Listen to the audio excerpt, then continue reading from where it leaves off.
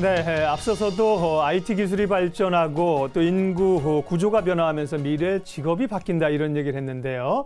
이렇게 변화가 빠른 시대에 우리가 살고 있습니다. 그러다 보니까 다 빨리빨리 또 좋은 거, 새로운 거를 좋아하지만 한편에서는 옛 것에 대한 그리움 또 오히려 좀 불편한 것에 대한 가치들이 빛날 때가 있죠.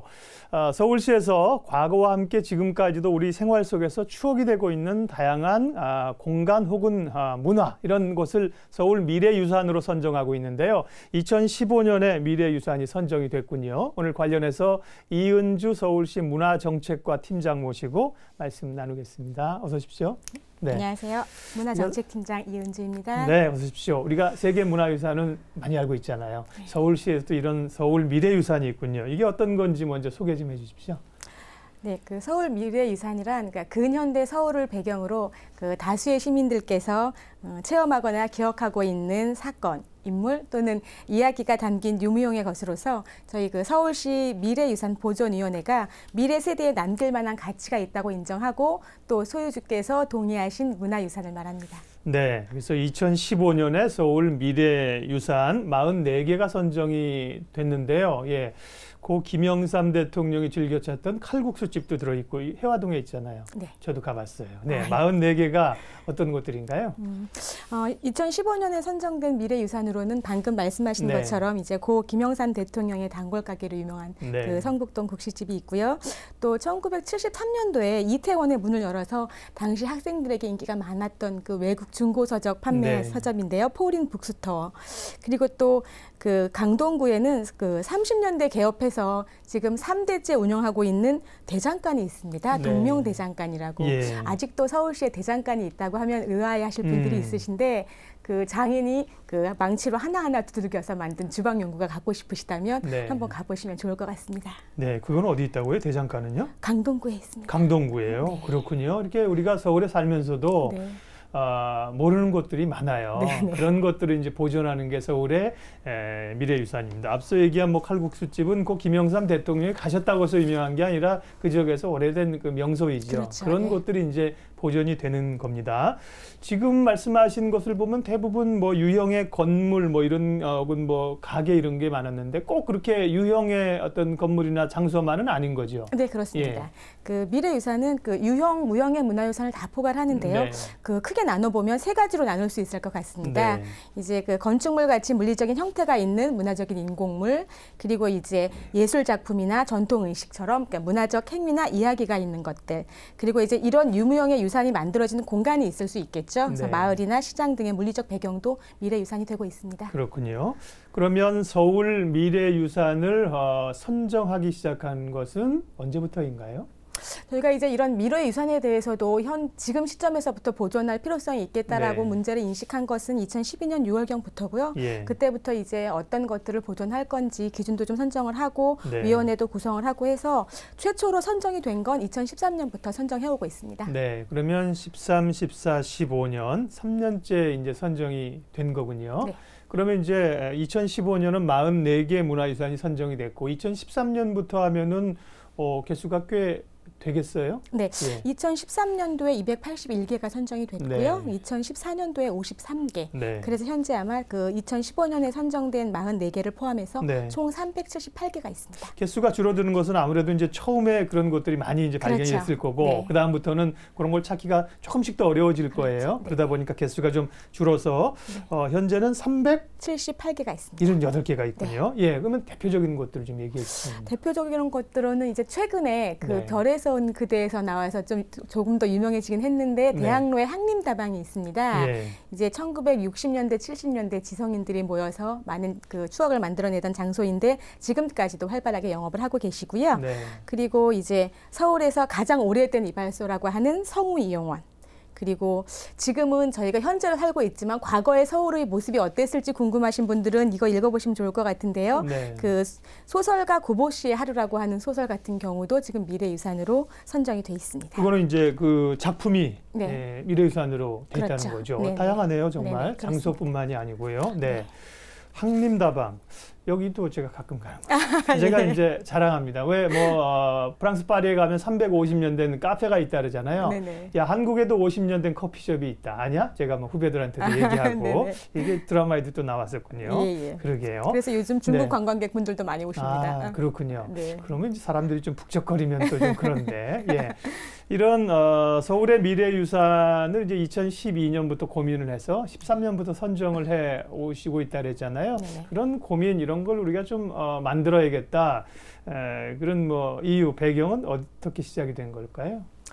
저희가 이제 현재에서 보면 그 문화재는 문화재 보호법이 있습니다. 예. 그래서 문화재 보호법에 따라서 잘 보존이 되고 있고 또 향후로도 지속적으로 관리가 될 텐데 지금 우리가 살고 있는 사회 속에서 만들어지는 유산들은 지금 우리가 이용하고 있기 때문에 지금은 그거의 가치를 잘 모르지만 네. 미래에는 적어도 100년 후 혹은 200년 후에는 정말 소중한 문화재가 될 수 있고 문화유산이 될 수 있는데 네. 지금 저희가 잘 보존하지 못하고 없어진다면 네. 미래에 너무 안타까운 현실이 될 것 같아서 이런 부분에 대해서도 서울시가 네. 지금부터 보존 조치를 해나가겠다는 문제의식에서 출발하게 됐습니다. 그러니까 서울시 미래유산으로 선정된 작품이라 장소 가운데는 나중에 이제 문화재로서의 어떤 지위를 받을 수 있는 것도 있겠어요. 그죠? 그렇죠. 네. 지금은 그런 기준이 안 되지만 보존돼야 될 필요성이 있는 것들을 미리 좀 발굴해서 선정한다 이렇게 봐도 될 것 같아요. 네, 그렇습니다. 왜 저희가 예. 그 속칭 왜 있을 때 잘하라고 하잖아요. 네, 그래요. 자, 저희가 이제 미처 인식을 못해서 소중함을 인식하지 못해서 훼손되고 나면 돌이킬 수 없으니까 예. 그런 취지에서 시작한 사업입니다. 그래도 이제 어쨌든 간에 선정을 하려면 개략적인 선정 기준들을 좀 가지고 있어야 되지 않겠어요? 네. 그런 거 분명히 가지고 있으실 텐데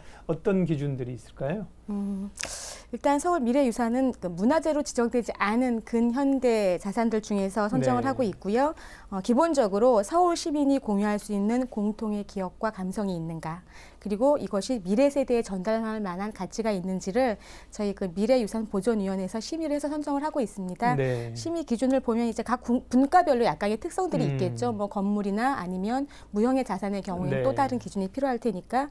근데 이제 예를 들면 시민생활분과 같은 경우는 이제 가업 전승 여부, 아까 말씀드린 대로 그런 대장간 같은 경우는 예. 가업으로 이어오고 있는지, 그리고 장소의 연속성, 그 자리에서 계속해서 그 영업을 해오고 있는지 등을 고려하고 있습니다. 네, 그렇군요. 문화재로 지정된 것은 배제하는 것은 이미 문화재로 지정됐으니까. 네. 그리고 초반에 말씀하셨는데 또 장소 같은 경우는 이제 소유주의 동의가 있어야 된다는 것도 그렇죠. 예. 예. 왜냐하면 예. 네, 저희가 이제 이거는 그 일단 가장 중요한 거는 네. 그 공간을 가지고 계신 분들이 그렇죠. 내가 이것을 소중하기 때문에 보존해야겠다라는 문제인식을 같이 하는 게 네. 중요하기 때문에 소유자의 동의를 꼭 전제를 네. 하고 있습니다. 뭐 소유자의 동의를 얻는다는 것도 사실은 쉽지는 않은 과정일 거예요. 예. 영업을 하시는 분들이나 뭐 좋아하시는 분도 있지만 제가 아까 말씀드린 것처럼 자기가 좋아하던 공간이 이제 알려져서 사람이 북적이면 싫어하는 분도 있거든요. 그런 어려움이 또 있으시겠네요. 예.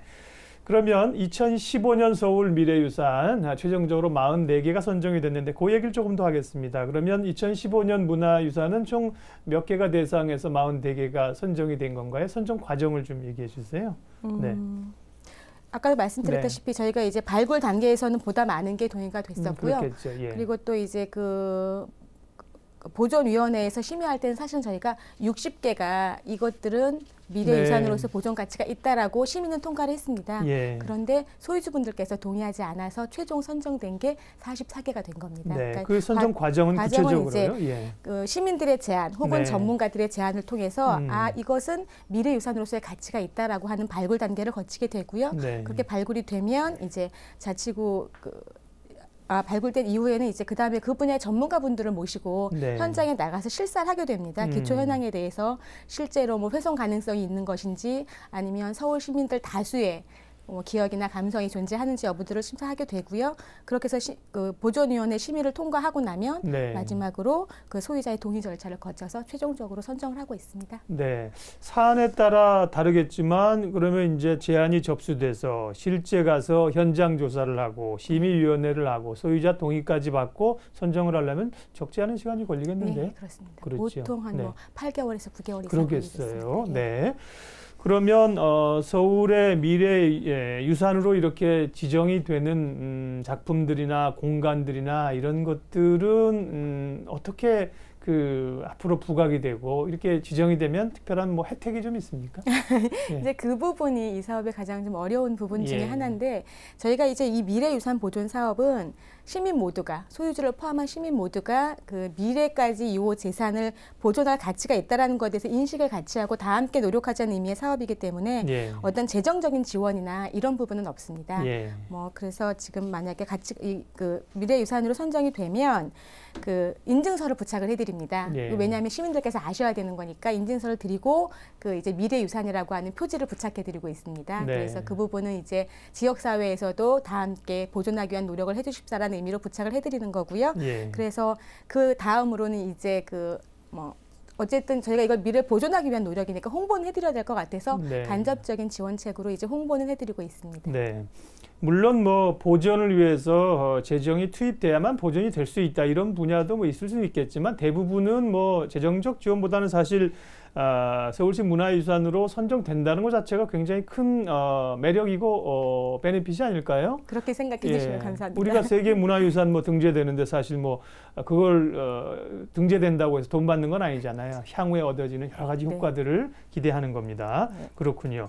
대신 뭐 앞서 칼국수집 얘기했는데 이런 장소 가운데는 그런 팻말을 서울 미래유산 팻말을 붙여주시는군요. 네네. 네. 지금 제작이 완료돼서 네. 올해부터 이제 부탁을 해드릴 겁니다. 네, 그 팻말은 좀 예쁘고 멋있게 해가지고 탁 드러났으면 좋겠어요. 예. 예, 다른 뭐 재정적 지원이나 이건 아니더라도 예, 그렇습니다. 예, 말씀드린 것처럼 이 서울 미래유산을 근데 선정하는 이유는 뭐 그곳이 뭐 사람이 더 많이 찾고 장사가 더 잘 되고 이런 것보다도 서울 시민이 함께 이 가치를 공유하자는 거잖아요. 예. 그러면 서울 시민들에게 많이 좀 알려져야 될 텐데요. 네네. 예, 홍보는 어떻게 하고 있습니까?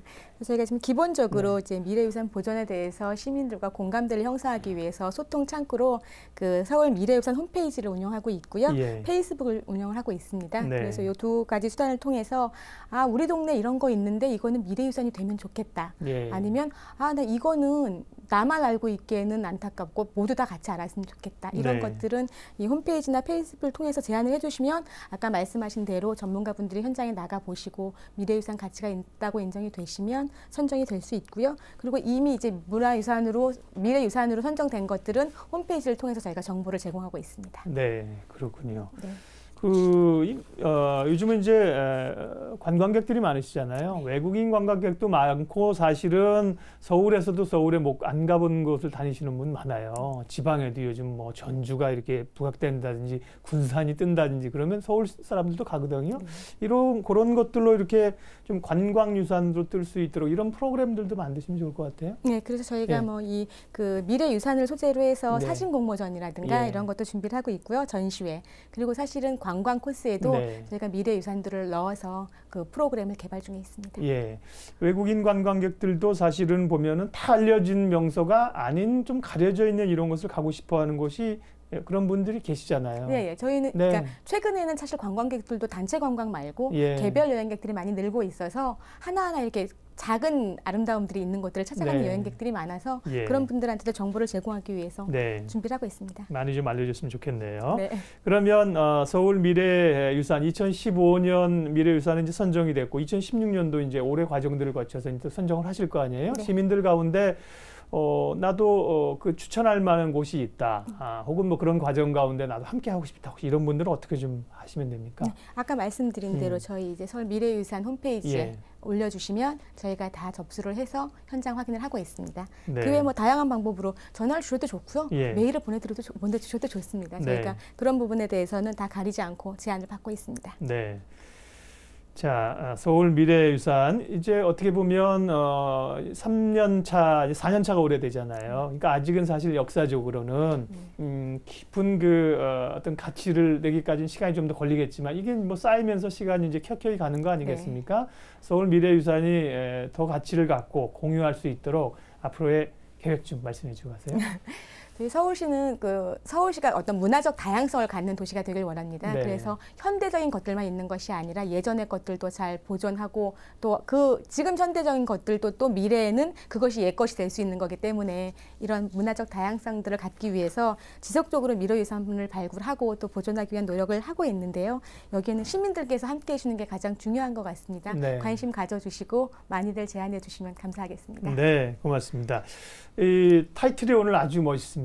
여기 있는 것처럼 100년 후의 보물이 될, 지금은 보물이 아니지만 100년 후의 보물이 될 서울의 미래유산을 보호하기 위한 서울시의 정책들, 그리고 2015년에 선정된 서울시의 미래유산들 살펴봤습니다. 서울시 문화정책과 이은주 팀장님 함께했습니다. 고맙습니다. 감사합니다.